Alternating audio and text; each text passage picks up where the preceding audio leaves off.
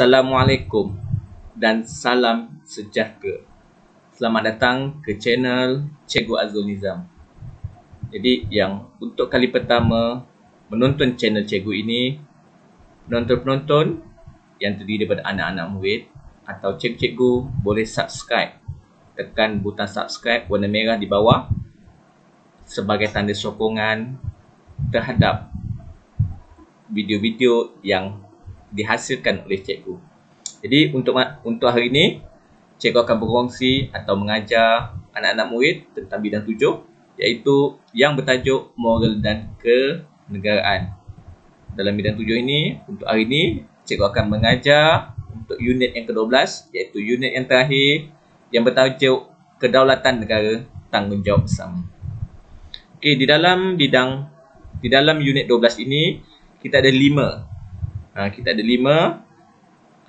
subtopik ataupun 5 objektif pembelajaran yang perlu pelajar kuasai. Okey, yang pertama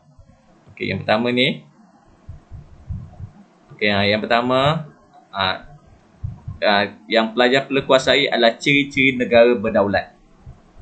Okey, yang kedua, kepentingan mempertahankan negara berdaulat. Okey, jadi 2 objektif pembelajaran ini cikgu akan ajar untuk sesi kali ini, dan 3 lagi subtopik iaitu cabaran negara berdaulat, cara-cara untuk mengekalkan negara berdaulat, dan kesan kita tidak menjaga kedaulatan negara. Cikgu akan sentuh di dalam video ataupun pembelajaran pada masa akan datang. Jadi murid-murid boleh cari atau tunggulah cari sehingga dapat video untuk tajuk 12.2 ini. Okey, yang pertama, sebelum kita meneruskan tentang pembelajaran, murid-murid perlu faham apa itu negara berdaulat. Okey, jadi mengikut buku teks. Okey, ini mengikut buku teks. Ni yang cikgu bulatkan. Negara berdaulat adalah negara yang bebas daripada penjajah. Okey, jadi Malaysia dah bebas daripada penjajah.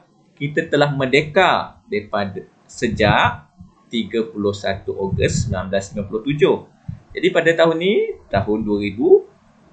Jadi bermaksud kita telah merdeka selama 1957, lebih kurang 63 tahun. Jadi bila dah merdeka, 63 tahun.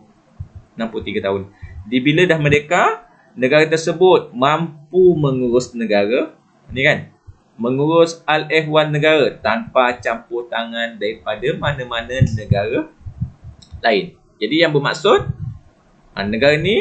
negara Malaysia adalah negara berdaulat, jadi dia boleh menguruskan negara sendiri tanpa bantuan pihak lain. Siapa yang uruskan adalah pemimpin-pemimpin negara yang telah dipilih oleh rakyat, ataupun kita ada pemimpin seperti yang lainlah, seperti yang di-Pertuan Agong dan Raja-Raja Melayu.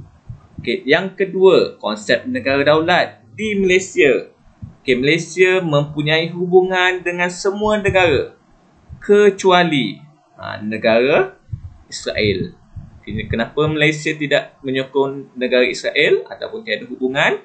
Jadi sebab Israel dia telah menjajah Palestin. Apa kesan apabila Malaysia tak ada hubungan dengan negara Israel?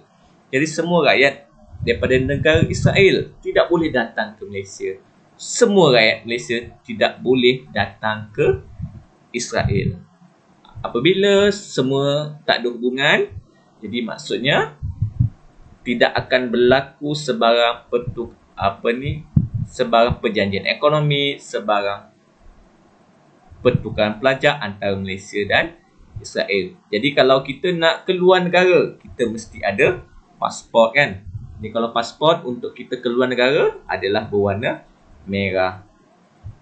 Itu maksud hubungan dengan negara lain. Jadi macam mana kita nak tahu bahawa negara kita mempunyai hubungan dengan negara lain?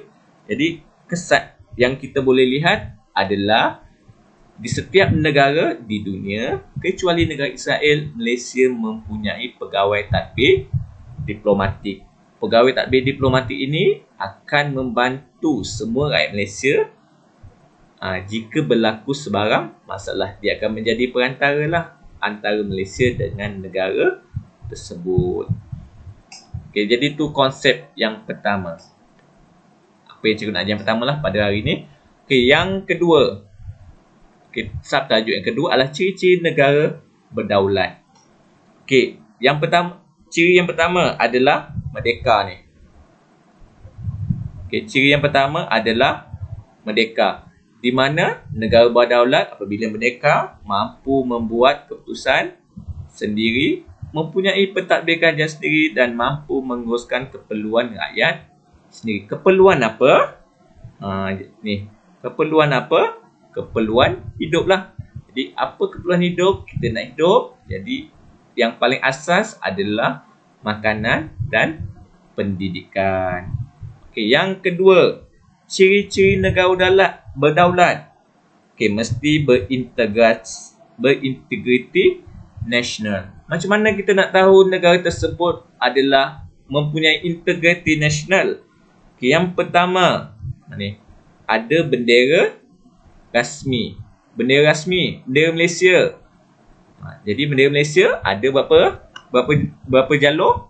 Ada 14 jalur. Okey, jadi kita dengarkan lagu Jalur Gemilang lah sebentar supaya pelajar-pelajar dapat menghayati bahawa bendera Malaysia tu bentuk dia macam mana dan apakah warna bagi setiap bendera Malaysia ini. Okey, sama-sama kita nyanyikan.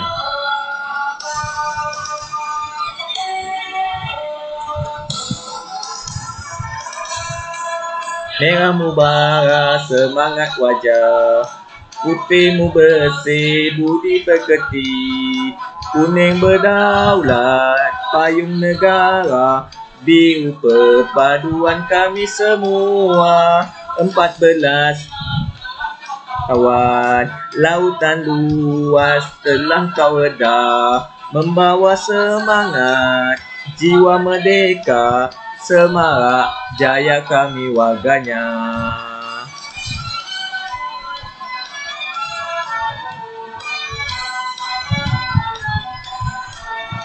14 melintang jalurnya, semua negeri dalam Malaysia, satu suara, satu semangat, itu sumpah warga berdaulat. Jalur Gemilang di bawah naunganmu, Jalur Gemilang kami semua bersatu, perpaduan ketaatan, amalan murni rakyat Malaysia. Jalur Gemilang megah kami terasa, Jalur Gemilang kibarlah wawasan, merah putih biru kuning, jalur semangat kami semua.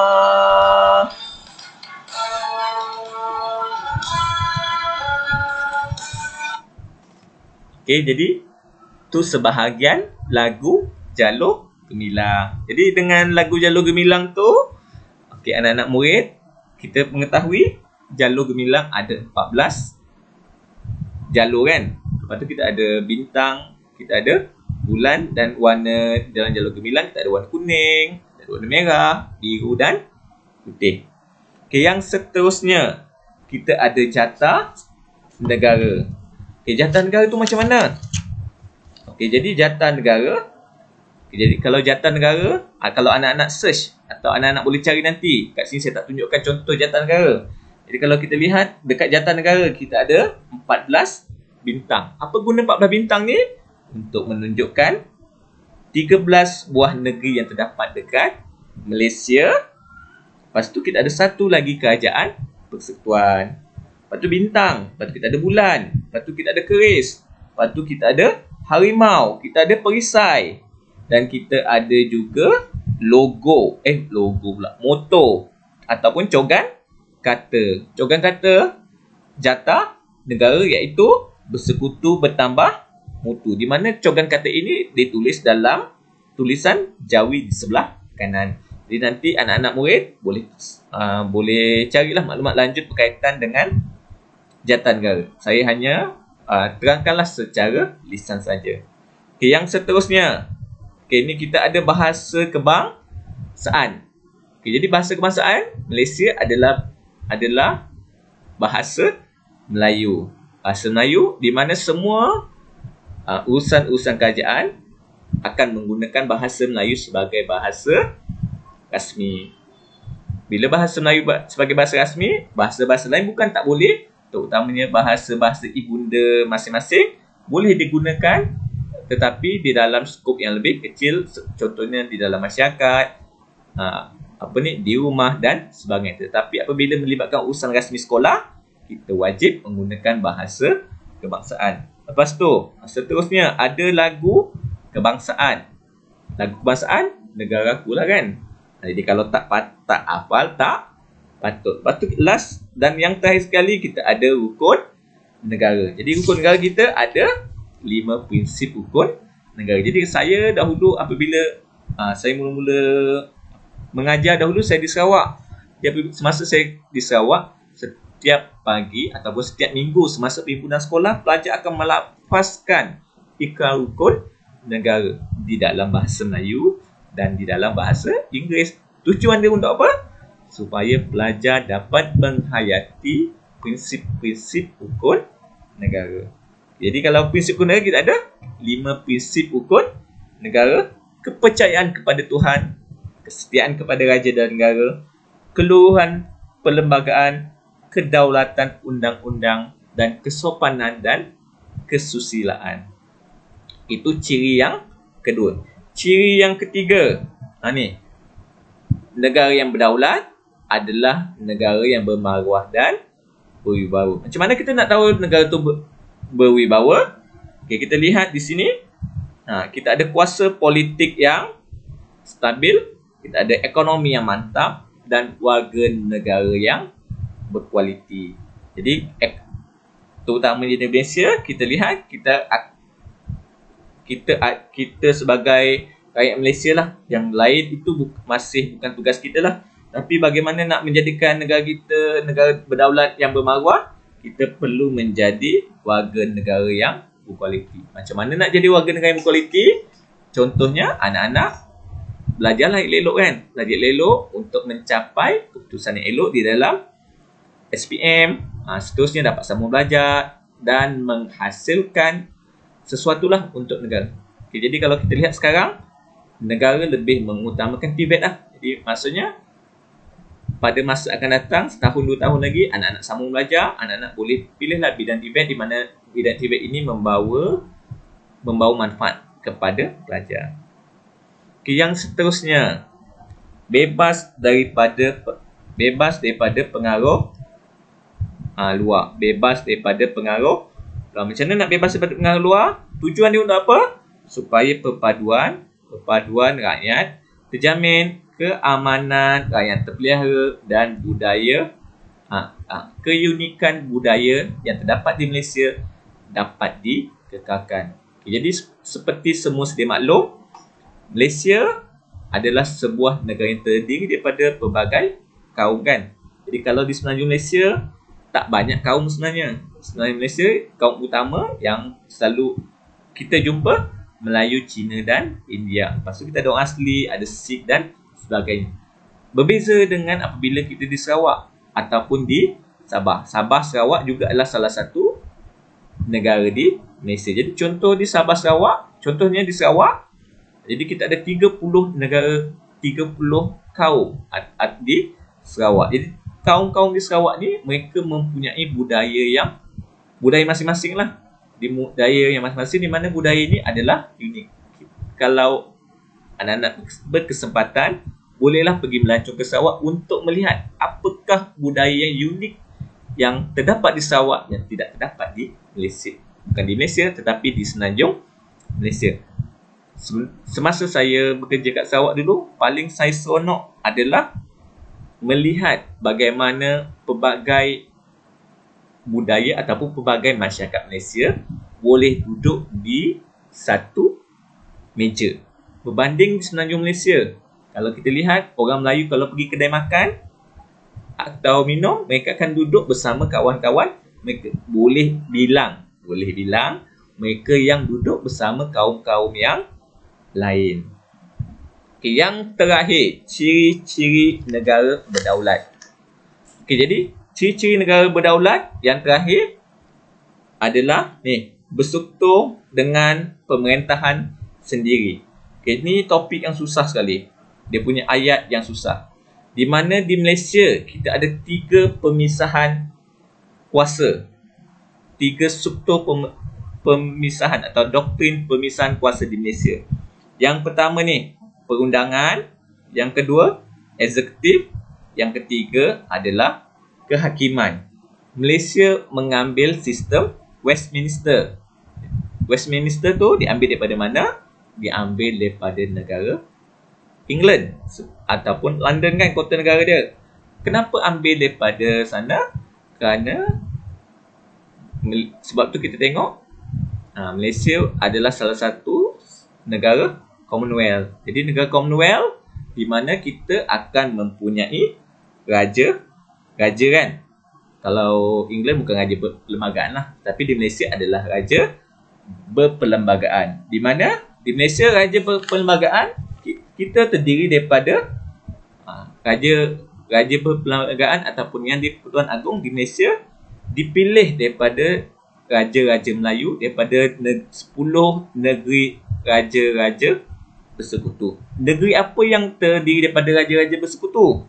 Okey, negeri yang pertama adalah Negeri Sembilan, di mana Sultan Negeri Sembilan ataupun yang di-Persekutuan Negeri Sembilan dilantik sebagai yang di-Persekutuan Agong yang pertama. Siapa nama dia? Iaitu almarhum Tuanku Abdul Jaafar Ibni almarhum Tunku Muhammad, di mana yang almarhum tuanku ini menjadi yang di-Persekutuan Agong bermula daripada 3 bulan 8 1957 sebelum merdeka. Jadi sehingga kemangkatan baginda pada 1 bulan 4 1960. Jadi kalau nak senang ingat, nama Perdana Menteri Malaysia yang pertama dengan nama yang di-Persekutuan Agong Malaysia yang pertama adalah sama. Okay, selain Negeri Sembilan, negeri mana lagi? Kita Negeri Sembilan, ada Selangor, Perlis, Terengganu, Kedah, Kelantan, Pahang, Johor, Perak. Okay, selepas habis 9 negeri ini, dia akan pusing balik lah. Sehingga sekarang yang di-Persekutuan Agong adalah yang di-Persekutuan Agong yang ke-16, iaitu daripada negeri Pahang yang dilantik bermula daripada 31 Januari 2019. Okay, tadi saya tertinggal untuk menerangkan kepada semua ataupun kepada anak-anak murid terutamanya apakah perundangan, apakah kehakiman dan apakah eksekutif. Di mana pemisahan kuasa ini bertujuan supaya berlaku pengasingan kuasa di antara ketiga-tiga ini. Kenapa perlu berlaku pengasingan kuasa? Supaya tak berlaku penyalahgunaan kuasa. Contohnya yang di-Persekutuan Agong menjadi hakim. Okay, jadi akan berlaku salah katakan. Tak berlaku pengasingan kuasa ataupun Perdana Menteri boleh jadi hakim. Jadi Perdana Menteri boleh mengambil rasuah. Perdana Menteri boleh memberi rasuah. Benda tu salah di sisi undang-undang. Sebab tu perlu berlaku pengasingan kuasa. Okey, yang pertama kita ada eksekutif.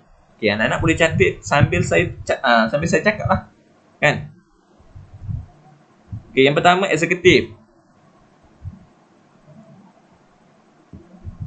Okey, yang pertama eksekutif. Eksekutif kan? Eksekutif, tujuan dia apa? Ataupun pemerintah terdiri daripada siapa? Eksekutif. Eksekutif terdiri daripada yang di-Persekutuan Agong, terdiri daripada jemaah menteri. Siapa jemaah menteri? Ketua dia adalah Perdana Menteri dan dibantu oleh menteri-menteri yang lain. Bilangan menteri tak kekal lah, dia mengikut lantikan Perdana Menteri. Jadi maksudnya kalau Perdana Menteri dengan perkenan yang Tuan Agong nak lantik sehingga 30 menteri, tiada masalah kerana itu adalah kuasa Perdana Menteri. Okay, selain itu, siapa yang terlibat dalam eksekutif ataupun pemerintah ini juga adalah pegawai-pegawai di dalam perkhidmatan awam.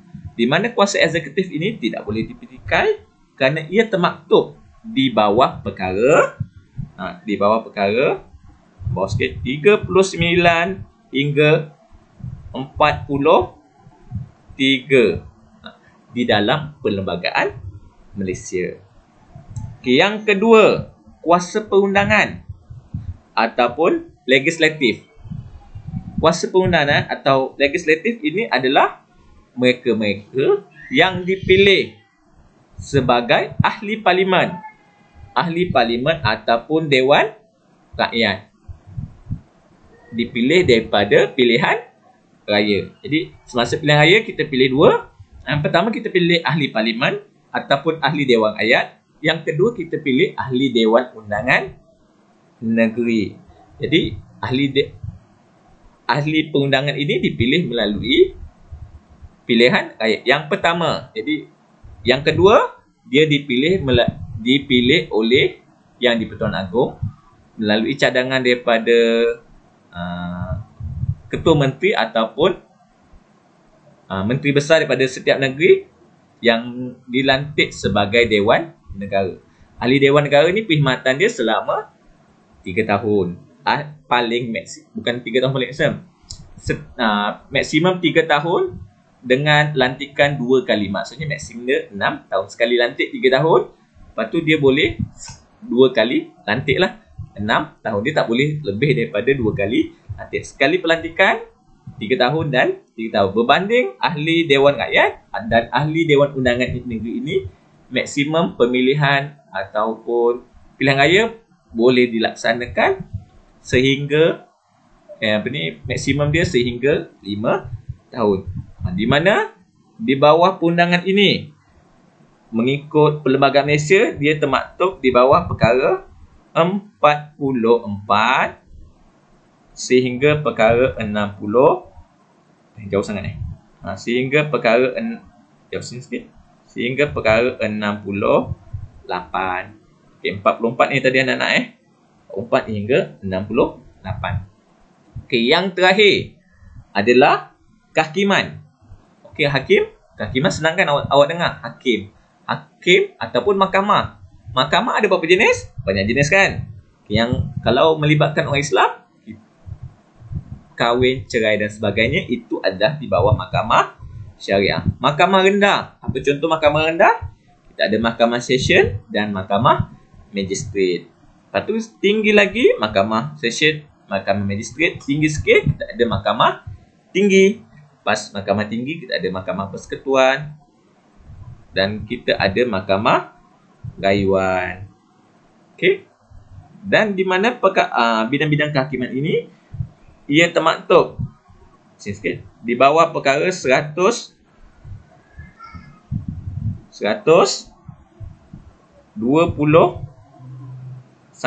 sehingga 131A. Tu perkara-perkara dia lah.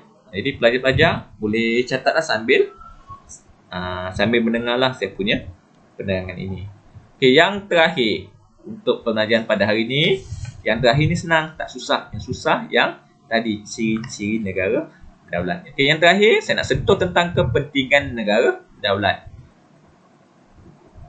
Kepentingan yang pertama, untuk mengekalkan kemerdekaan Malaysia. Tujuan dia supaya kita dapat menghasilkan pemerintahan yang stabil. Kepentingan kedua, supaya maruah negara kita terpelihara. Dengan contohnya kita tidak terlibat dalam sebarang kegiatan subversif. Kegiatan subversif ni apa contoh dia? Okay, jadi kalau sebelum ni kita ada Al-Maunat, JI, IS. Tu contoh-contoh kegiatan subversif di mana kegiatan subversif ini akan mengganggu gugat kedaulatan negara. Yang ketiga, tujuan dia adalah untuk mengekalkan kestabilan politik. Di mana kestabilan politik di Malaysia adalah mengikut acuan Malaysia. Contohnya, sewaktu krisis ekonomi 1998, Tun Dr. Mahathir menetapkan bahawa Malaysia perlu mengapungkan duitnya pada kadar 3.8. Jadi walaupun pada masa tersebut Bank Dunia nak memberi pinjaman kepada Malaysia, tetapi Tun Mahathir tidak bersetuju untuk apa? Untuk menerima pinjaman tersebut. Okay, yang keempat, supaya perpaduan dan keharmonian rakyat Malaysia dapat dikekalkan. Penting perpaduan ni sebab apa? Dengan perpaduan, pembangunan negara dapat meningkat dengan sangat cepat. Okay, dan yang terakhir, meningkatkan semangat patriotik. Bagaimana nak tingkatkan semangat patriotik? Dan tujuan dia supaya dengan semangat patriotik ini kita mempunyai perasaan cinta dan setia kepada raja dan negara. Semangat patriotik ini penting kerana dia mampu meningkatkan pembangunan negara juga. Jadi saya rasa sekian sahaja. Betul? Dah habis? Sekian sahaja pembelajaran saya pada malam ini. Okey, jadi saya ucapkan terima kasih kerana sudi menonton dan mendengar pengajaran saya pada kali ini. Jadi sebelum terlupa, yang belum subscribe, boleh subscribe dan like video saya dan juga boleh share kepada kawan-kawan yang lain. Okey, semoga kita berjumpa lagi pada masa akan datang. Saya ucapkan terima kasih dan Assalamualaikum.